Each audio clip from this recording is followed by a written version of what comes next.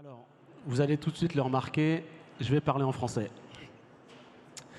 Alors, je m'étais préparé à l'anglais, mais pour être honnête, le sujet que je souhaite aborder avec vous est pour moi tellement important, et pour nous tellement important, que je ne voulais pas me retrouver dans la situation où je serais en train de vous montrer la Lune, alors que moi je serais totalement focus sur mon doigt, c'est-à-dire quels sont les mots qu'il faut que je trouve pour vous expliquer. Alors, Maurice et moi, on a décidé de se lancer un challenge parce qu'en fait, on n'a que, en gros, 25 minutes. Et dans ces 25 minutes, il y aura ma présentation plus un exercice qu'on va vous proposer de faire. En effet, le sujet, c'est l'inner change, le travail intérieur.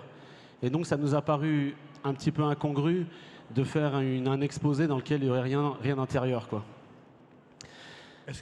Je t'en prie. On peut vérifier que les gens qui doivent entendre l'anglais sont en train de recevoir la traduction.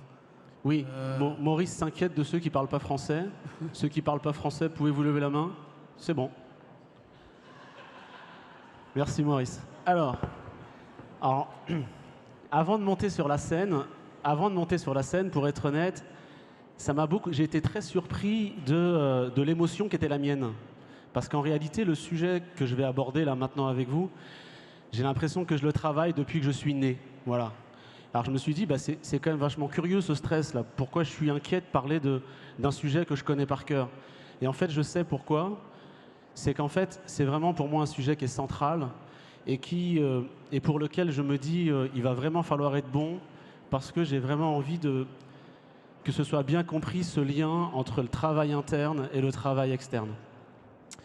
Donc j'y vais. Alors, nous sommes aujourd'hui en fait dans un salon dont le sujet est essentiellement le changement. C'est écrit partout, changement, change, transformation, etc. Et ce que je me suis dit pour qu'on puisse vraiment comprendre et aborder quel est le sujet, quel est le lien entre l'inner change et le changement dans le monde, c'est d'abord qu'on se mette d'accord sur finalement quels sont les types de changements dans ce monde. Voilà. Quels sont ceux qu'on peut espérer. Alors, bien sûr, s'il y a beaucoup de personnes qui sont ici formées à la systémique, etc., vous n'allez rien apprendre. Mais c'est important qu'on se donne une base pour que nous nous comprenions. Donc, je vais donc m'appuyer pour cela sur les travaux finalement de la systémique et de tout le courant de Palo Alto, qui a défini finalement deux types de changements en ce monde. Il y a ce que l'on appelle les changements de type 1 et les changements de type 2. Alors, qu'est-ce qu'un changement de type 1 ? Un changement de type 1, c'est un changement pour lequel les frontières du système ne bougent pas. Voilà. Le changement se passe à l'intérieur des frontières du système lui-même. Si le système est un système familial, fondamentalement, les rôles dans la famille ne changent pas.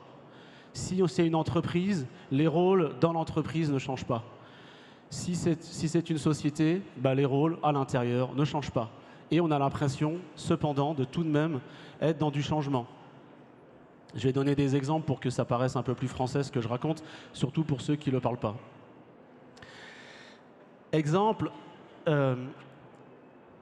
si je prends un exemple dans les sociétés, on va dire, qu'on connaît tous, il y a souvent un mainstream et des minorités. Dans certains pays, il peut même y avoir un dictateur et des minorités. Des changements de type 1, c'est toutes ces révolutions et tous ces changements qui font qu'à l'issue du changement, les personnes ont changé, mais pas les rôles.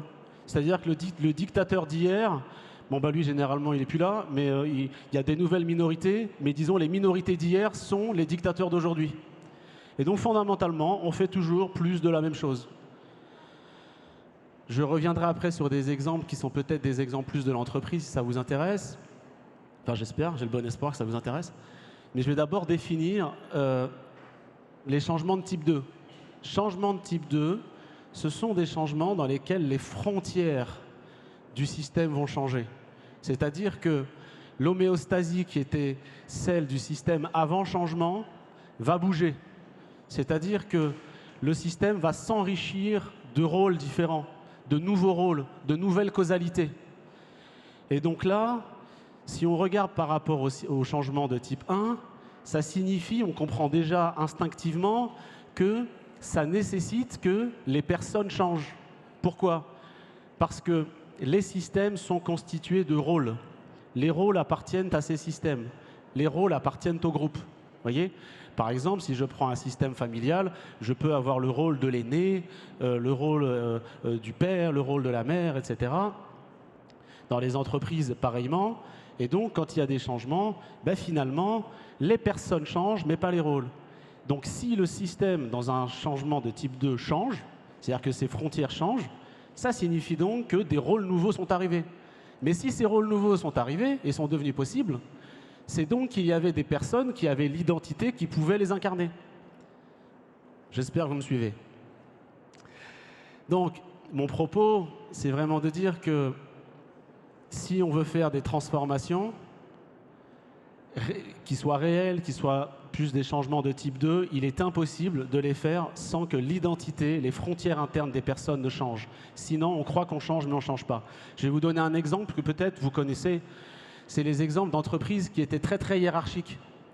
Et puis, tout d'un coup, elles se sont dit, bon, tiens, on va faire une vraie révolution, on va passer en égalitaire, plus de hiérarchie, etc. Et ce, sans qu'il y ait forcément un travail interne des personnes. Qu'est-ce qui se passe? Effectivement, la structure, l'organisation bouge, change totalement. Mais ce dont on se rend compte quand on regarde, c'est que la nature des relations n'a pas changé. Les rapports de force n'ont pas changé. Simplement, ils sont passés dans l'invisible. Avant, il y avait une hiérarchie qui éventuellement était top-down et mettait la pression. Maintenant, dans le système égalitaire, l'aspect hiérarchique passe dans l'invisible. Et il va y avoir le même type de relation, mais à partir de rapports de force qui seront beaucoup plus primitifs.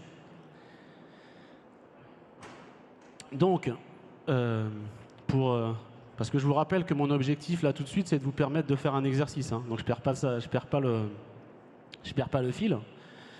Donc, ce qui est très important, c'est qu'on ait en tête cette idée que si réellement je veux un changement qui soit profond, je dois être ce changement-là. Bon, ça rejoint un peu cette phrase du Mahatma Gandhi, hein, « Be that change you want to see in the world ». C'était de l'anglais. Et autrement, si je ne fais pas ça, je reste dans les mêmes causalités. Alors, pour faire ce travail-là, il y a différentes approches. Il y a tout un tas d'approches. Et nous, on va vous en présenter une, qui est une approche qui s'appelle le Process Work Coaching, qui a cette particularité de vouloir être dans l'inclusion, même des dictateurs et des minorités en nous. Et pour cela, on va utiliser l'énergie du conflit. C'est-à-dire qu'on a besoin de recadrer notre compréhension du conflit. En effet, on a un peu cette tendance à être contre le conflit ou à penser que le conflit est négatif, etc. Alors que pour nous, en réalité, le conflit n'est qu'un indicateur de ce que je suis en contact. Quand je suis en conflit avec une personne, je suis en contact avec un comportement, avec une personne, avec une énergie qui est en dehors de mon identité. J'ai mes propres frontières identitaires, donc ce qui est admis dans mon monde, ce que moi j'accepte, de ce qui est bien, de ce que je me permets de vivre. Et quand je rencontre une personne qui m'active, c'est qu'en réalité, elle m'indique que son énergie n'a pas le droit de citer dans mon monde. Donc c'est une super information pour que je me dise, si j'arrive à intégrer même ça, si j'arrive à faire ça, mes frontières vont augmenter. Voyez? Et là, on peut rentrer dans un système, dans un changement qui est plutôt un changement de transformation, plutôt un changement de type 2. Alors, ce que je dis là est peut-être formulé d'une manière différente, mais ce n'est pas extrêmement nouveau. C'est-à-dire que quand vous regardez la sémantique générale, depuis très longtemps, la sémantique générale nous dit quoi? Nous dit que tout discours est autoréflexif. Ça veut dire quoi? Ça veut dire que tout ce que j'aime ou que je n'aime pas et que je vois chez un autre, c'est que je l'ai moi-même. Sinon, je ne pourrais pas le voir. Et le Tao va un petit peu plus loin. Le Process Work va un petit peu plus loin. Il dit quoi? Il dit « Tout comportement qui m'agace chez un autre est un comportement que je ne mets pas assez en œuvre. » Voyez? Exemple, imaginez que je sois très irrité par des personnes qui critiquent beaucoup. Il y a de fortes chances que moi, je ne m'autorise jamais à critiquer. Il y a de fortes chances que la critique en moi soit dans l'ombre. Mais quand la critique en moi est dans l'ombre, elle agit tout de même. Mais elle agit d'une manière cachée, elle agit parce qu'elle m'échappe. Je suis dans un cocktail et je balance tout un tas de vacheries. Ça m'a échappé, voilà. Et donc, l'idée de notre travail, c'est de s'ouvrir également à cela. C'est de s'ouvrir également à l'énergie cachée. Et dans un instant, même pas peur, dans un séminaire, dans un congrès, dans ce sommet où il est beaucoup question de positif, on va vous inviter à accueillir le négatif. Parce que si je n'accueille pas le négatif, il reste dans l'ombre, et restant dans l'ombre, il agit à mon insu. Et quelle est la valeur de mon positif si je n'intègre pas le négatif? Je vais prendre un exemple tout bête. Imaginez que je sois une personne qui dise tout le temps oui, qui n'ose pas dire non. Pourtant, le non, dans mon monde, il existe. Mais il se joue où? Il se joue dans l'ombre, il se joue... voilà, pas en direct. Mais du coup, mais oui, quelles sont leurs valeurs? Voilà. Donc maintenant, j'ai pas regardé l'heure, je crois qu'il y avait un chronomètre, mais non. On est bien, hein? Bon, on est bien? On est bien. Donc je vais vous chanter une chanson alors, si on est bien. Non, je déconne. Ok, donc je vais donc passer la parole à Maurice et on va passer à l'anglais. C'est ok? Ben voilà, en tout cas, good afternoon. Nous enchaînons sur une expérience proposée. We'd like to propose to you what could be a unique experience. But before I give you any more secrets about that or transform the secrets into instructions and even encouragement, there is an important step I would like to encourage you to take. That's to say, our exercise this afternoon will give you more benefit if you can work with somebody else. So first of all, my first step, my first proposition is that you turn towards your neighbor and introduce yourself. And if you're on your own, of course, there's no harm in introducing yourself to yourself, of course. But if you could just take a few minutes to find out who is there next to you, because this experience will be of more benefit if you can use somebody else as part of it. Otherwise, you can follow the steps on your own, and it's not dangerous. It simply means that you will have to be both judge and jury. Can't hear it. Donc c'est donc parti pour 2 minutes de présentation. Vous allez vous présenter à votre voisin pour vous connaître un petit peu, pour qu'on puisse bénéficier de l'exercice que nous allons faire. Donc voilà. Et n'hésitez pas à bouger si vous étiez seul au début, mais peut-être qu'il y a quelqu'un d'autre qui est seul dans votre rang, avec qui tu peux prendre contact. Enfin lancer le truc, ça veut dire j'ai fait 10 minutes, donc ça va. J'ai fait 5 minutes de moins. Oui, mon support. C'est toi qui peux, dès que tu as besoin, tu leur dis de le mettre. Mais La présentation, c'est quoi? c'est dur. Je mets un projet pour arrêter. Non, je veux des instructions. Oui. Il faut esquiver le mec. Esquiver le mec. Ça, faut que je te le mette.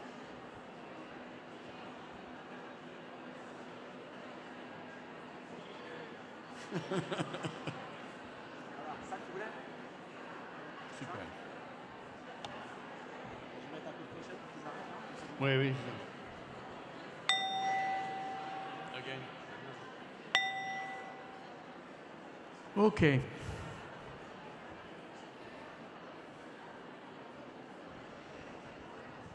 Donc, merci. Donc à présent que vous vous êtes présenté, nous réclamons votre attention. Donc nous savions qu'on prenait un risque à libérer la parole. Hein. Donc je vais remettre un coup de clochette. En fait, c'est tout simple. Quand je mets un coup de clochette, ça veut dire en fait on écoute. Alors c'est tout bête comme... Voilà, j'espère que donc maintenant il est possible que vous sachiez un peu plus qui est là à côté de vous. Dans tous les cas,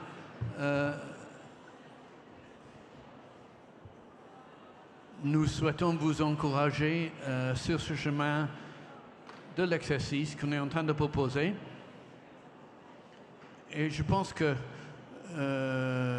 it would be a good moment just to say that, as Belkacem has introduced just now, we have conceived this exercise for you because it's based on a methodology which includes the negative and doesn't marginalize negativity.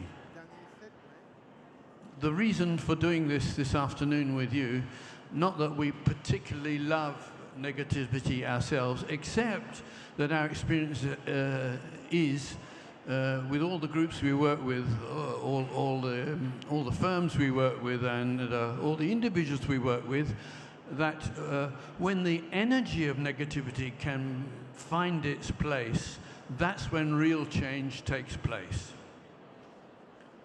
Because, of course, it's maybe not very easy to be entirely positive, partly with the fundamental reason being that the universe itself is based on polarities, and that we would not be here today and we could not function in the way we function today without there being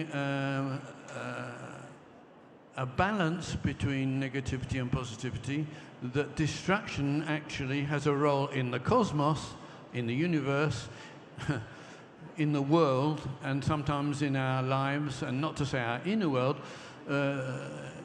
Destruction has as much a place and has as much a role in creating what's to come next as pure creativity on its own. Thank you. So, your first task with your neighbor, with your partner, is to identify a project which is important to you. Something which could be a life project, a professional project, a personal project, or something that you are involved in with a group, but just make contact with it now, and if you're on your own, give yourself a representation, we shall need it, or share it, if you're able to, with the people that you identified as being close to you.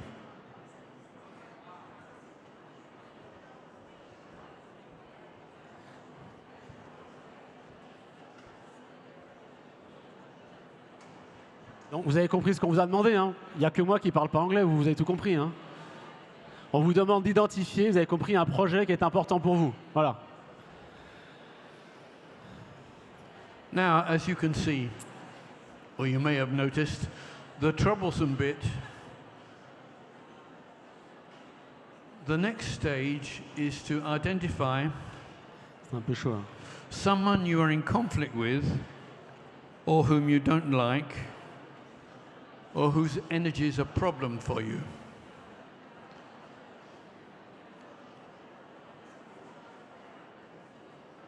If you have nobody in your life or your work experience who presents this configuration, well, ask your partner to provide an example.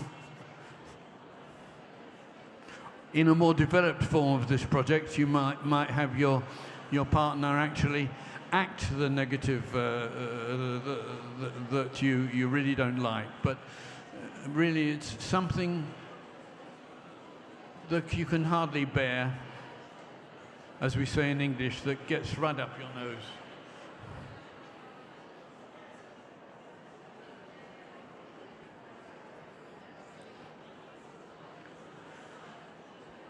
And you will get the most benefit from this exercise if you can be really focus specifically on what it is that they do that annoys you so much.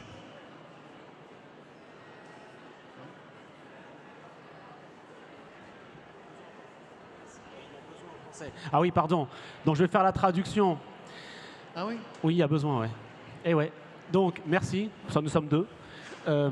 Là, tout de suite, on vous a demandé en fait de choisir une personne dans votre entourage avec qui vous êtes en conflit. Une personne qui agit d'une manière qui vous active. Essayez de choisir, voilà, quelqu'un quand elle agit, je me sens vraiment activé. Et cette énergie-là, là, elle m'est vraiment étrangère. C'est-à-dire, oui, dont une personne dont le comportement vous gêne, même s'ils le font innocemment, ça vous fait tiquer, je crois qu'on peut dire en français. Tu n'acceptes pas. Ok. Gong, non? Il faut se manier. Hein. Ouais. Le gong. Ah, gong.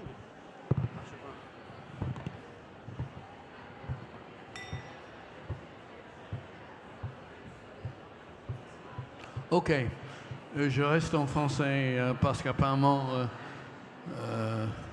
la majorité en profite plus. Voilà.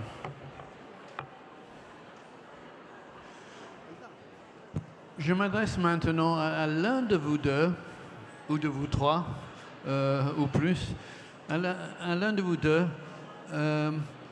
de changer de place avec votre partenaire et de contacter de manière beaucoup plus près cette énergie négative. Donc, est-ce que l'un d'entre vous, vous pouvez vous lever? Peut-être, enfin, si vous pouvez changer de place sans vous lever, expliquez-moi comment vous faites. Voilà. Parce que vous occupez maintenant l'espace où vous pouvez vous donner, voilà, la liberté de sentir de manière encore plus accentuée cette énergie négative, que ce soit vraiment de l'énergie. Voilà, donc maintenant, pour ceux qui sont en train de tester l'exercice, le propos, c'est de rester dans l'énergie négative que vous venez de décrire. Entrez totalement dedans et laissez-vous ressentir ce que c'est là. Laissez-vous ressentir ça, totalement.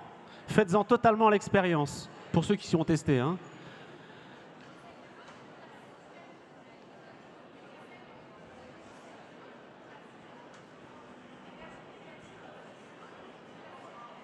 Celle qui vient d'être décrite, oui, c'est ça. OK. Et pendant que vous êtes en contact avec cette énergie négative, juste remarque les effets de cette énergie lorsque tu ne résistes pas à cette énergie, mais que en quelque sorte, tu l'embrasses et tu le sens.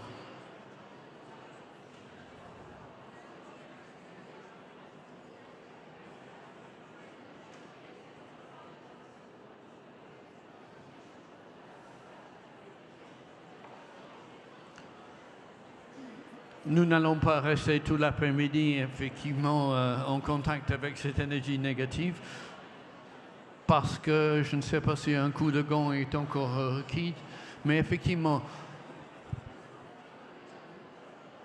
nous sommes obligés, non seulement parce qu'il y a une sorte de leçon implicite que l'énergie ne dure jamais sans fin, mais aussi le fait qu'on va vous demander de rechanger de place,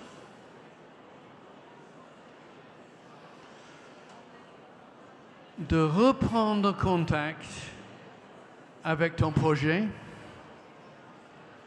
et juste vérifier qu'est-ce qui se passe quand l'énergie derrière cette négativité, est appliquée dans ton projet. C'est-à-dire, c'est où dans ton projet qui pourrait bénéficier même d'une dixième, de 1% de cette énergie que finalement, jusque-là, tu as projeté ou tu as rencontré de l'extérieur. Si tu peux reprendre une part de cette énergie, c'est quelle partie de ton projet à toi qui pourrait en bénéficier? Besoin de donner un exemple?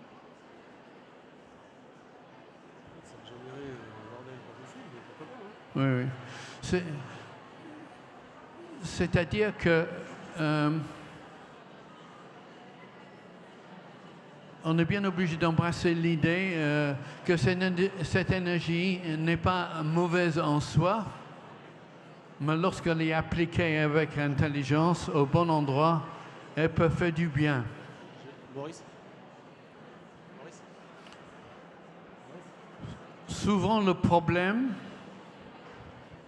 Souvent, le problème d'appliquer cette énergie, c'est qu'elle paraît trop forte et menaçante pour nous. Mais on peut se rendre compte qu'effectivement, on peut chunk down, comme on dit en anglais, on peut trouver la bonne fréquence de cette énergie dans le sens presque électrique de transformateur, transformé, c'est-à-dire une part, 1% peut-être de cette énergie peut être exactement ce que ton projet dont il a besoin. Ok, donc merci à tous. C'était un vrai risque d'essayer de faire un exercice. On en a terminé, j'espère que ça n'a pas été trop douloureux, mais le message final qu'on voulait vous faire passer, c'était que vouloir transformer et changer le monde en pensant qu'on peut le faire de l'extérieur, ça ne marche pas. D'ailleurs, on sait qu'aujourd'hui, 70% des projets de transformation ne marchent toujours pas, pour une raison très simple, c'est que nous sommes le monde que nous voulons changer. On n'en est pas externe. Voilà, merci. Merci à vous.